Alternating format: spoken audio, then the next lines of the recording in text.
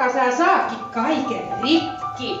Tää sunkin elämästäs tuloo, kun oot aina kun puusta puronnut. Kuinka sä ootkin noin lampahamallinen? Ei oo Sirja sun elämässä ollut helppoa. Mutta nyt on kumminkin ilon päivä. Oon saanut seuraa vanhempiensa jalanjälkiä.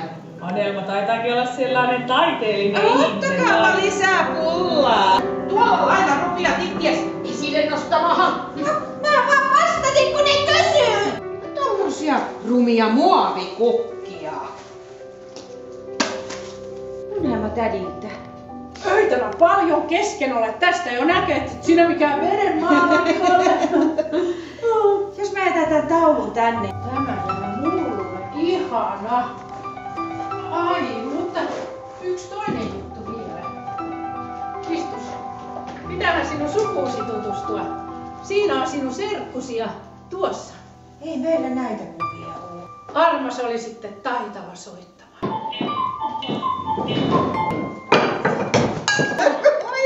Mitä mä tää? Äiti näkis meidät. Varsinkin sut. Kumma, vaikka sulla on vuosi aikaa maalat ja enemmänkin, niin aina sulle tulee kiire. Me usein äidin kanssa ihmettelemme, että miksi et sä voi aloittaa ajossa? Tää mun työ nyt on katso tämmöstä. Tässä ei auta rutiini. Nuorempana mä kuvittelin, että kun mä saan näyttely aikaiseksi, niin mäkin on niitten silmissä ihminen.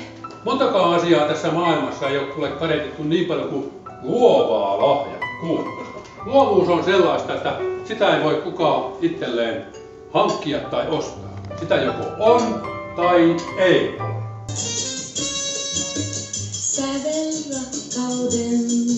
Mitä tuo päälle? Tulee mummo juhlia. Nyt vaikka mä juhlaan. Mikä esimerkkinä olla, niin saan hävetä ja kärsiä. Eihän sun kanssa voi puhuakaan niin kuin ihmisten kanssa puhutaan.